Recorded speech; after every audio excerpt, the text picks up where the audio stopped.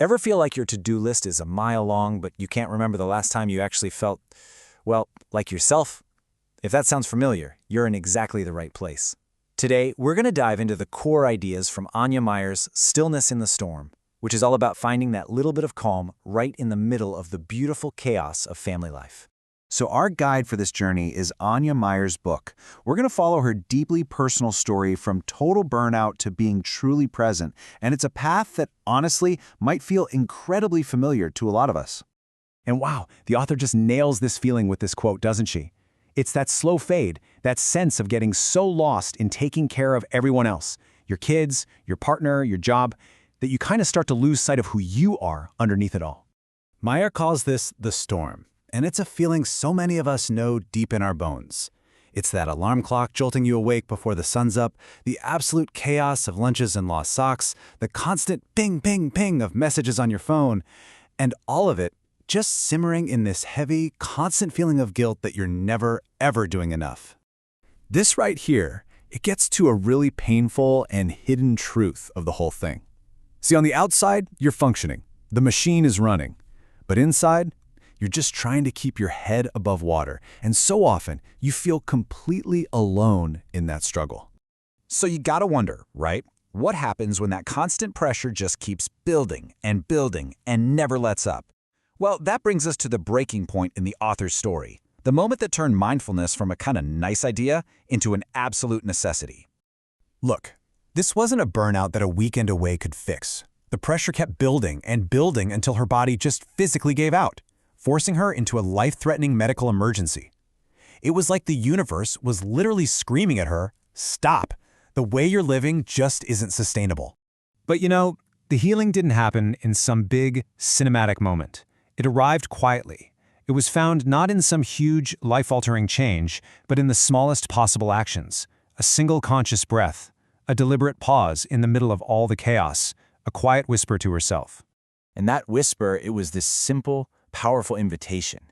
It wasn't another self-improvement task to add to the never-ending list. It was just a call to return, to come back to the person who'd gotten lost in all the noise. And this is a really, really important point the book makes. Mindfulness wasn't presented as some new, complex skill she had to master. No, in that moment of crisis, it was a lifeline. It was the simple, practical tool that could pull her back from the edge.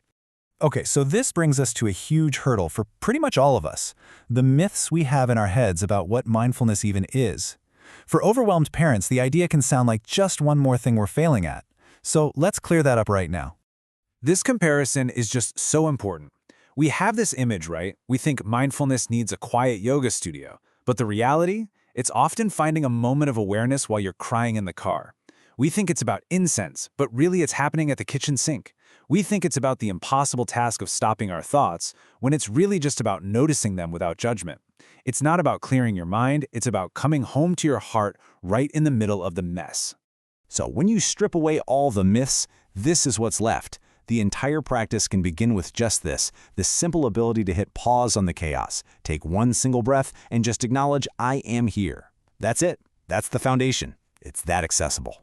And you know, when you start to create those tiny little pauses, a really powerful question can finally come up to the surface.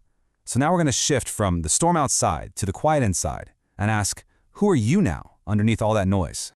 It's this really gut-wrenching feeling the author talks about of not just being busy, but of actively disappearing, of becoming a background character in your own life story, just there to move the plot along for everyone else. And this leads to the book's central, most challenging question for you. When you aren't rushing to the next thing, when you aren't trying to please everybody, when you're not constantly producing or proving your worth, who is left? Who are you in that quiet space? Now, for a lot of us, that silence can feel terrifying, like it's just this empty void. But the book reframes it so beautifully. It's not empty space, it's open space.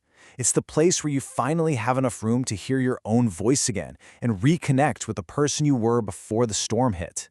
So where do you actually find these moments? Because let's be real, most of us aren't booking a week-long silent retreat. The book says to find stillness in the in-between moments of your actual life.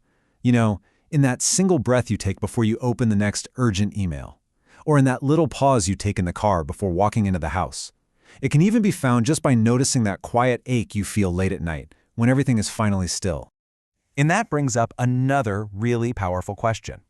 Our default mode is to fix everything, right? For our kids, for our partners, for ourselves. But when was the last time you just let a feeling be there? The sadness, the frustration, even the joy, without immediately trying to manage it or solve it. So all of this, these little moments, these questions, it's all leading to the final and honestly the most important part of this whole journey, coming home to yourself. And it's so important to see this not as a project to become someone new, but as a gentle process of remembering who you've been all along. And at the very heart of this homecoming is something you really, really need to hear. Your worth is not measured by your to-do list. It is not defined by how perfectly you keep all the plates spinning. Your value is just there. It's inherent. Simply because you exist, you are enough. This is such a poignant realization, isn't it? It's about recognizing and maybe even grieving a little bit for the parts of yourself that get buried under all the responsibility. You know, the part of you that feels things deeply, that moves a little slower, and wants a life that's about so much more than just surviving the day. And ultimately, that's the profound shift in perspective the book offers. It's about moving away from a life that's defined entirely by doing and by serving, and moving toward one that honors the simple value of just being, of existing without constantly feeling like you have to earn your place here. So we'll leave you with this final question from the book. And it's not a test, it's just an invitation to start your own quiet exploration. Beneath all the rush, beneath all the noise, who is waiting for you? Not a person who needs to be fixed or improved, but one who is simply waiting to be welcomed home.